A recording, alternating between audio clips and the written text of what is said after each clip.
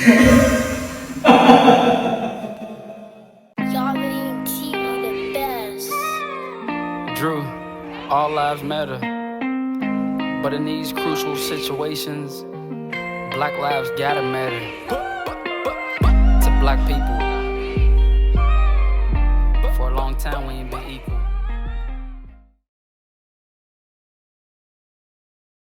What's up, Ray? How you doing today? Pretty good, pretty good. Thank you for the opportunity to come up here and talk to you about some stuff. Well, first, before I get started, I just want to give you your roses because people always give people their roses once they're already passed away. I just want to give you a rose right now. I see all the great stuff you've been doing in the community. You just give me some ideas to do stuff going forward in my life, so I want to thank you for that.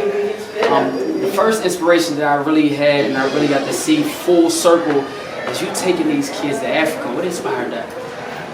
So, exposure to me is the way we grow, and so I always dreamed of exposing our young people to the same opportunities that historically Caucasians and others have.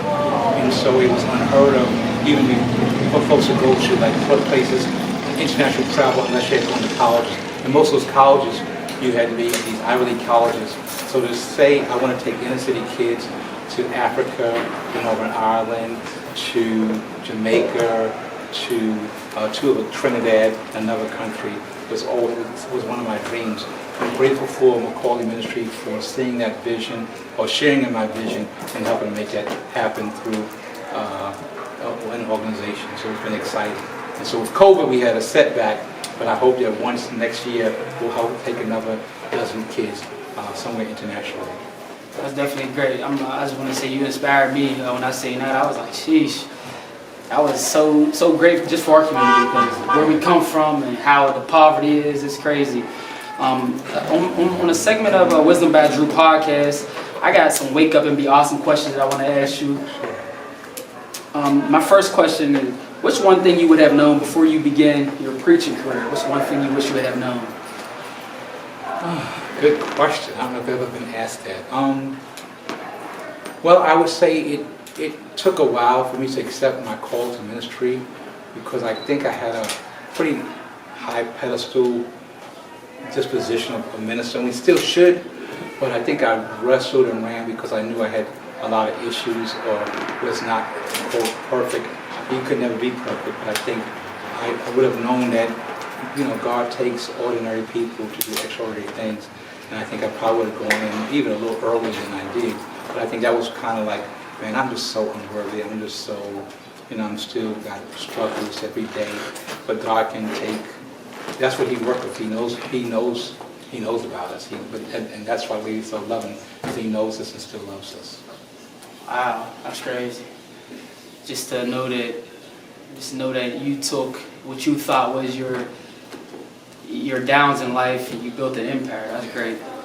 Number two, what was the biggest failure and what did you learn from it while on your journey? So, I don't know if I wrestle. So first of all, I don't wrestle on failures. So we, in any entity, you just, it's not always going to be all highs. There'll be highs and lows. But I do believe that what God has for you is for you. And the prayer of Jabez is that if you're a good steward of what God has given you, He'll enlarge your territory, and what He has for you is for you. And so I don't really have I've had bumps, but really by the grace of God, I have no, I guess, really failures in a literal sense. He's just been very kind and gracious to me. And I try not to be jealous or envious of someone else's blessings. I think that's the hardest part sometimes. We making assumptions that you had to do something to get that grant, or you're in someone's pocket or someone's bag. But if you trust God, if it's for you, He's going to provide it. Okay. That's a good way to put it. The failure part, I'm happy you said you'll embrace a failure because I be running back and forth in my mind about the things that I didn't do up to my full potential. But like you said, I don't have to look at it as a failure. I can look at it as a bump in the road. Bump in the road and a learning too. Thank you for that. Question number 3. What advice would you give someone wanting to pursue a career similar to yours? Someone wanting to be a pastor right at this moment in their life. What advice would you give them? So I will be excited, first of all, if someone wants to go into ministry for the right reasons. And sometime back to, some people think it's glamorous, you know, a lot of pastors have, you know, a fancy car, a nice home, and nice clothes, and nice shoes, and things like that, and material things. But, you know, most pastors, most ministers have, the percentage of those are misleading, and most ministers really don't have all those other things, or if they do, it's by the grace of God, or they don't necessarily want those things. God just blesses them. And so for ministry, if your heart is in it for the right reason, and that's exciting. And we live in a day and time where there was a season that only three things African Americans who wanted to be middle class can be, and that was a preacher, a teacher, or an undertaker, you know. And today you can be an engineer, entrepreneur, a scientist, a bank manager, and anything. And so when I hear people say, I haven't heard in a long time someone say, I want to be a minister, especially at your age, and so that would excite me. As long as it's the right reason, I would embrace it, because, you know, the work of young people, you know, is some things that others can't. There's definitely a calling and a need for younger bodies and minds, because the language, the music, the styles, it's like a foreign language to most senior pastors. And so I try to, because I've always been around youth, to try stay as in tune as much as possible, but still, for me, it's more studying it versus living it. We all live it. I try to study enough that I'm not naive or ignorant, but to live it every day. You know, some things that's really almost second nature in my day was foreign. Okay. So you try to bring a little bit of what's in now. I try to be relevant. So I try to make my word relevant. Okay. But at the same time, it's not overall natural, because even the beat of y'all's music, I can hear the words. I can't hear the words. I can hear the beats, because if I heard the words, I probably could. I can never. Like, oh my God! But sometimes when I slow down and study it, it's hard. Okay, number 4. What are the best resources that helped you along your way? So, most success is the favor of God, grinding, and timing.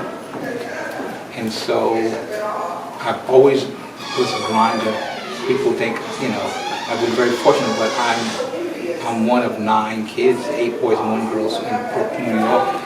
And so if I wanted anything extra, I did. I worked. I've been working since I was like 12, if not younger, and never stopped. And so my success has been working hard, and the favor of God, because I don't know what I'm doing. He just allows it to happen through blessings and good stewardship and timing. I mean, like everything is. Timing is a piece of it. I mean, you could hear sometime in the church a voice say, oh my God, that person should be on wax, but their time didn't come, and so it's just timing too. Okay, I got number 5. Who are the 3 people who have been most influential along your journey, whether it's New York or here in Pittsburgh? So I have been inspired by my parents. I had a hard-working dad who brought his check home and provided, in those days, with little resources for all 9 of us, plus my older sister, 10. And my mom, who held it together, and in those days, not only did she take care of all of us, she also worked. And so they have always been my inspiration. I had 2 godmoms who poured into my life, Miss Lady and Miss Brown, and then my namesake, Mary Glenn. And I've always, had other mentors. One of the strongest pastors, I think, who inspired me when I got to Pittsburgh was Johnny Monroe, Reverend Monroe, who was just a strong, tall, handsome African-American man who spoke truth to injustice. And so he was one of my greatest inspirations in Pittsburgh. Okay. Number 6, what is the most common myth about being a pastor? That is all of that and a bag of chips, and It's lonely. It's very lonely at times. It's very painful. And sometimes people don't realize how you're being used. I mean, sometimes if somebody wants something at that moment, and then you go, wow. And so it's not as glamorous as sometimes people think. Okay. Fair enough. Number 7. If you could step into my shoes, what's one question you would ask yourself? Which one question you would, if you could step into my shoes, if you could step into my shoes, what's one question you would ask yourself? That was. Yeah, what would you ask yourself? If you were yeah, here. I got you now. Okay. Mm. You know, I had to get some good questions. That was good.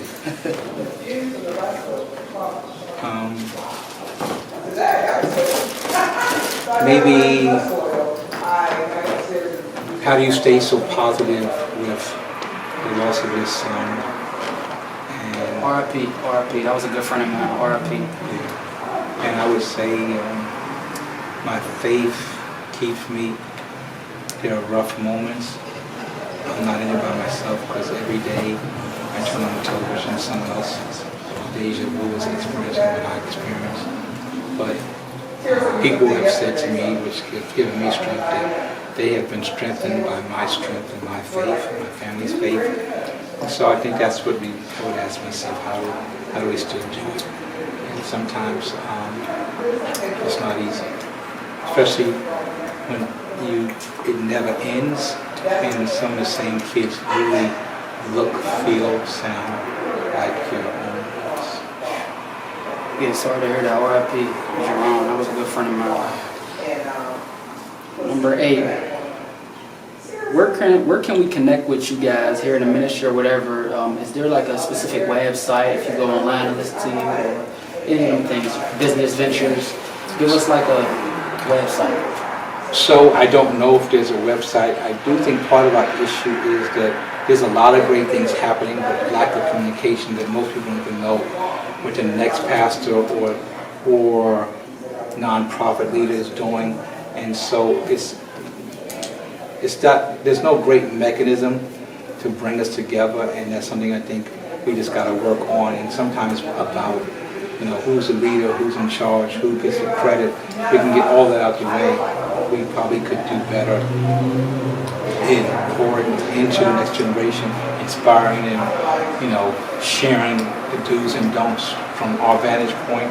And I think, so I try to be willing, like you called and I said, I had a relationship, always had a strong love for you. And I said, sure. And I don't know why I say sure too, but I think sometimes ministers leaders don't find the time to open the door to say sure. And when you do, historically, I've always been blessed.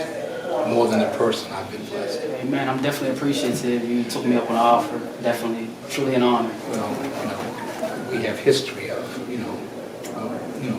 always of good history. Okay, number 9, which is my final question for you. my podcast is Wisdom by Drew Podcast. What does wisdom mean to you?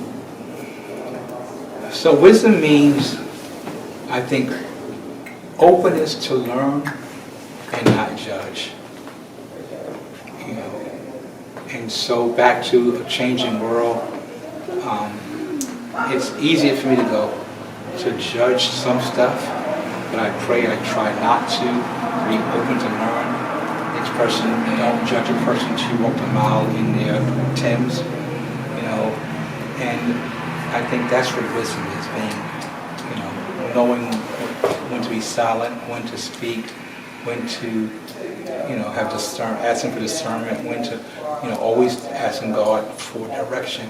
I think if we put God first and ask Him to guide us and direct us, I think we can be the wisest. Wisdom to me has nothing to do with age, because there's some very wise young people versus some very unwise seniors.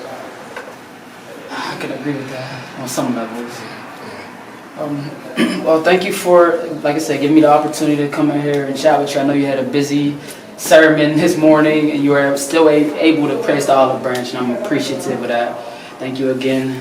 Much love, man. You have a great day. That is, we're going to wrap up another segment of Wisdom by Drew podcast here at Wesley Center Church with the great Reverend Grayson. We bees out. Y'all T the best. Drew, all lives matter. But in these crucial situations, Black lives gotta matter. To Black people,